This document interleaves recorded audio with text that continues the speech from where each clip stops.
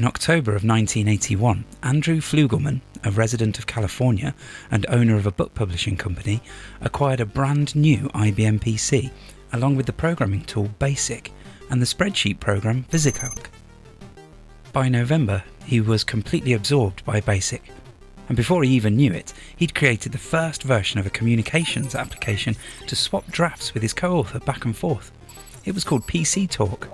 No other programs for the IBM PC at the time could match the functionality of PC Talk. He handed out the program to his friends, who started using it, and they told him he should publish it commercially. But Andrew didn't like that idea. He decided to self-publish and came up with the term user-supported software. Free to share, free to use, funded by the generosity of its users. He called it freeware. The only thing he asked for was $25 if you liked the program and wanted to keep on using it. To his surprise, he earned over $15,000 in payments. Around the same time, on the other side of the country, IBM employee Jim Knopf, also known as Jim Button, had a similar idea. He converted his old Apple II program easy file to the IBM PC, and in no time his program had spread beyond IBM's Seattle offices and into the wider Seattle area. Because his costs were spiralling out of control, he asked for a measly $10 on a voluntary basis to use his application. It was a huge success. Eventually, Knopf and Fluegelman met each other and started a cross-promotion of their programs. Knopf even renamed it PC File to match the branding of Fluegelman's PC Talk. As a result, Knopf and Fluegelman are now considered by many to be the godfathers of shareware. With the success of Knopf and Fluegelman's model, many other programmers jumped on the shareware bandwagon, and around 1983 some of the earliest shareware games saw the light of day. Prime examples of this are the Pac-Man clone 3 Demon and the text-based murder mystery game Sleuth. Over on the Atari ST we had our very own famous shareware hero.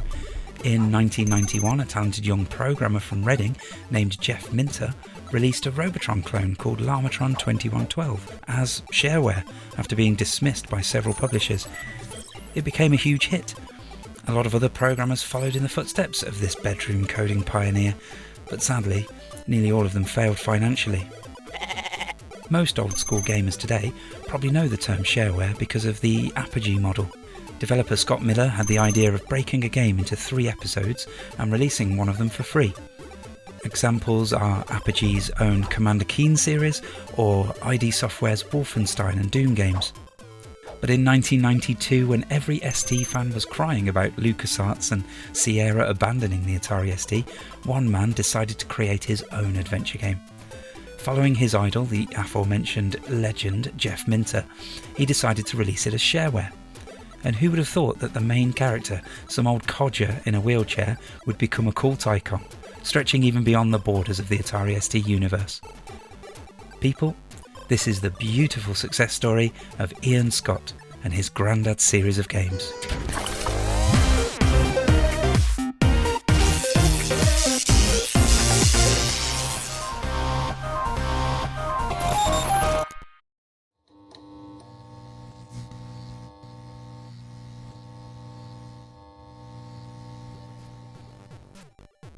Like many of his peers, Ian Scott first caught the coding bug at school. During lessons, he learned the basic programming language on a computer without a screen, the results of the commands entered instead being printed on a piece of paper. Unperturbed by this laborious process, he was fascinated by the fact that you could make a machine do stuff. So much so that he got himself a ZX80 soldering kit. This was soon followed by the ZX81 and then the ZX Spectrum, on which he enhanced his coding skills as time went by. But it wasn't until he bought an Atari ST with STOS Basic that he began making his first games, unpublished at first and just for the family. Pirate Man, for example, was a little Hangman clone where the pirate would eventually fall off the plank if you weren't able to guess the word. Charmingly, he also made a game based on the British TV show Countdown for his dad to play during the evenings. D?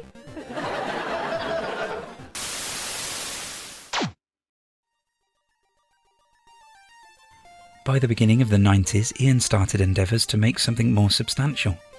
He found the Sierra graphic adventures to be frustrating and thought he could do a much better job. typing pick up the cheese and getting I can't see any cheese. Typing pick up the cheese on the table and getting I can't see any cheese on the table. Typing pick up the fucking cheese and getting I can't see any fucking cheese. Then realizing that I had to type pick up the smelly cheese. I'm sure games like this were supposed to be fun. So, he decided to create an adventure game, and he was going to use STOS to build it. Almost instantly, he hit a brick wall. The memory limitations on the ST when writing in STOS meant that there was only enough room to have an image on screen, an image in memory, which would be waiting to be the next frame, and a few sprites to animate. There was simply not enough RAM to animate the main character. Ian came up with a solution. He realised he could get away with not animating the character at all if he was in a wheelchair. The protagonist could be moving around while sitting perfectly still. It seemed like the perfect solution. The story of the game was made up as development went along. One morning you wake up in the hallway. Your memory isn't what it used to be. There's a nip in the air, so you decide to wear your string vest. But where did you put it? This can be read on the intro screen of the game. The player is then tasked to search the house to find clues. Keys open doors which reveal more clues. On your quest you might get burnt, electrocuted, or even suffer a heart attack. And woe betide anyone who neglects the battery level of his wheelchair. Eventually you'll uncover many mysteries, an underground labyrinth, the accidental torture of your own nurse, and finally, hopefully, the eponymous Holey Vest. Unlike many adventure games, Grandad and the quest for the Holey Vest was completely controlled by joystick. Pressing the fire button brings up a context menu which lets you pick up or put down or use objects. To interact with other people, you just look at them and then choose from a list of suitable and quite often cynical dialogue options. The game is filled with great British humour and sometimes even a little erotica. At one point in the game, Grandad interacts with his rather fulsome neighbour. When he looks a bit too much at her ample bosom, he dies of a stroke, and that's game over. Also, on the top floor of the house, the walls are filled with paintings of naked women. Ian explains, You have to remember that there was no internet at the time. The only way that I could get a hold of digital photos was to steal them from computer magazines. I came across one magazine for the ST in the newsagents that had scantily clad ladies, so I used them. Had I seen a magazine with images of hamster that day, then Grandad's house would have had pictures of hamsters all over his upstairs. The graphics in the game are excellent and even surpass those of many commercial products. They were created using Caesar Studios' art director. This gave Ian the tools to draw the walls of the house and then skew and slant them, creating an effective pseudo 3D effect. Grandad was also a very smooth running game compared to many of its STOS counterparts.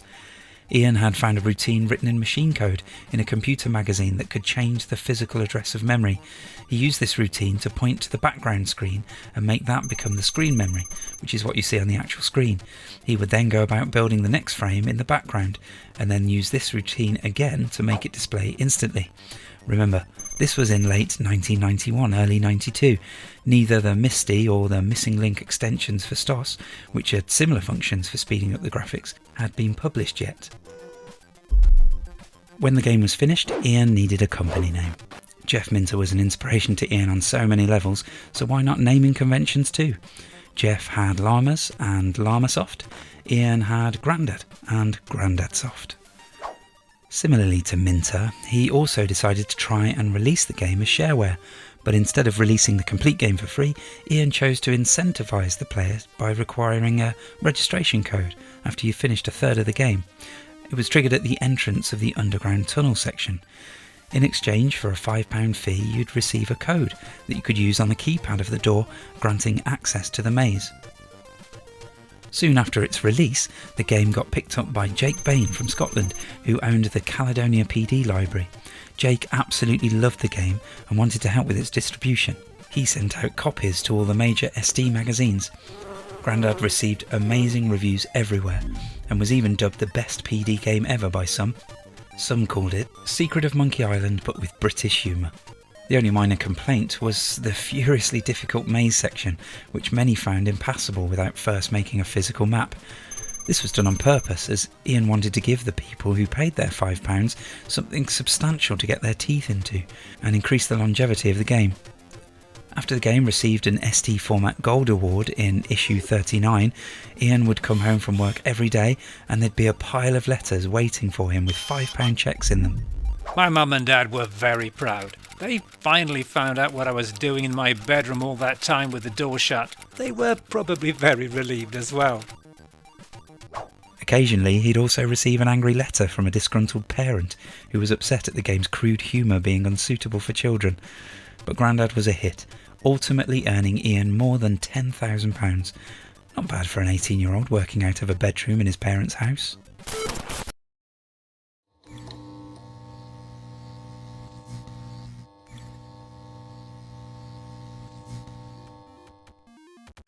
In 1984, programmer Mike Singleton released a game on the ZX Spectrum that would revolutionise the RPG genre forever.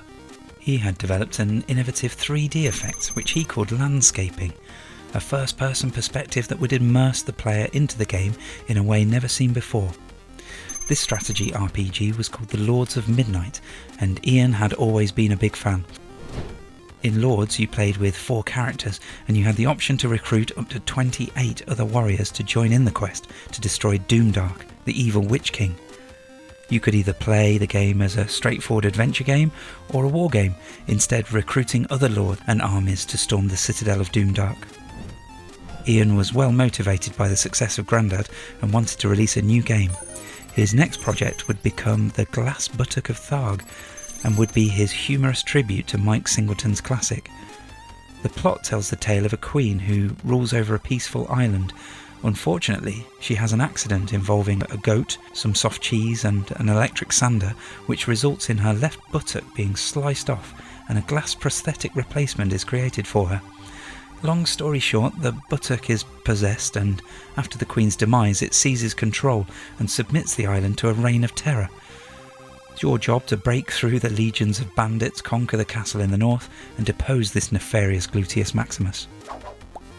In the game, you had 12 warriors at your disposal, the likes of Mr. Bean, Inspector Morse, Jimi Hendrix, Kim Basinger, and more. Even Grandad made an appearance. Ian had to draw all the portraits by hand, as he didn't have a home scanner. He remembers Kim Basinger giving him the hardest time. The presentation of the in-game 3D environments were absolutely stunning, and the graphics had an Ishar-like quality to them, putting a lot of other commercial games to shame. These were produced with Art Director, and as with Grandad, Buttock was completely created using STOS. Not that you guess it from the professional finish the game boasted.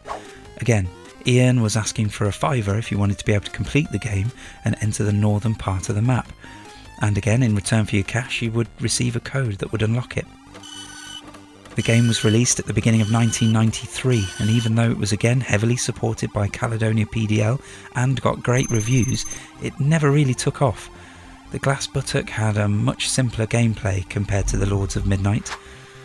Atari ST User magazine found it relatively untaxing, but quite addictive. ST Review called it another cracker, missing the long-term interest of Grandad, but the superb graphics and humour element put it a cut above all the rest. Ian recalls, It could have been a much bigger, better game than it actually is. However, I released it as it was and then watched it crash and burn.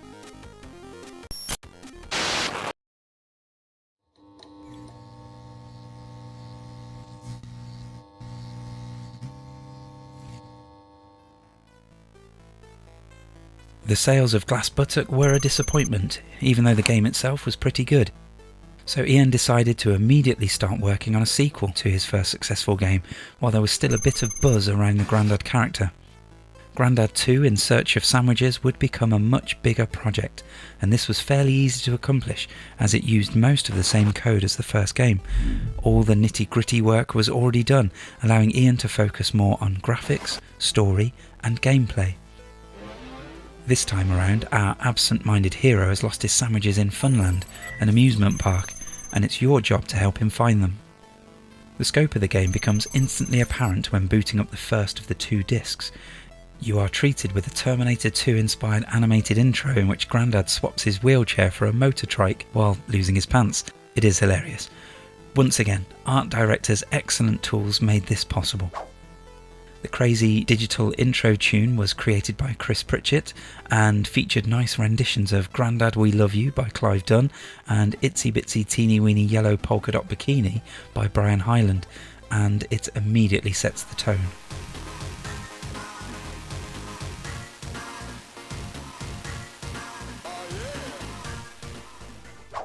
Again, the game was divided into two parts.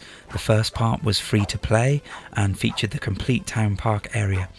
There were more characters to interact with, and the beautiful graphics were of even higher quality compared to the first game. There was quantity as well as quality too. The complete game included 37 different screens for you to discover. As usual, each one packed with humour and references. One such reference was where in the park you get harassed by Jake, the Caledonian Flasher. This was Ian's cheeky way of saying thank you to Caledonia PDL for their support over the years. Gone was the dreaded battery life of the wheelchair, a minor complaint from the first game. Also gone are the annoying pinging alarm sounds of the first instalment. This time around we hear digitised samples of birds, fountains and such. The sequel was also more difficult. You could still die by providing a wrong answer from time to time, but if you did, instead of going back to the beginning of the game, you restarted at the position right before you made the fatal mistake. A really nice touch. If you managed to find your way through the park, it was time to enter Funland, the second part of the game. But since this was Shareware, to continue your quest, Ian was asking for, this time, £8. The first game featured an access code that was easily shared by players, but this time around, when you paid the fee, you were sent a manual. This manual had black text on a red background to prevent photocopying and made it much more difficult to play the second part without paying, an anti-piracy strategy that Ian learned from commercial games. Grandad 2 In Search of Sandwiches was released in July of 1993, and even though it got rave reviews and was lauded as one of the best adventure games on the Atari ST, it just couldn't quite match the success of Part 1. And not even the Format Gold Award by Britain's biggest selling Atari ST magazine in issue 51 could change that. But by releasing 3 Atari ST games, 2 of them which have become absolute cult classics, Ian managed to make almost £20,000, and well deserved too.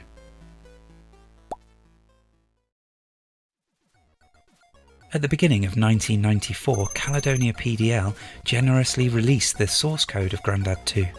It gave programmers with an original idea who dabbled in STOS Basic the opportunity and a leg up to create their own adventure game. And Ian Scott even converted the game to the PC. It was completely programmed in C++ and ran quite nicely under DOS for a while, until a new emerging thing called Windows prevented it from running on people's machines. Thanks, Bill. After Grandad 2, Ian quit the game developing world entirely for his own new adventure, but Ian was one of the lucky few who made a big profit from using the Shareware model on the Atari ST, a rare but beautiful accomplishment. And that's all we have for you today, Atari Legends. I hope you enjoyed it, and remember, stay Atari.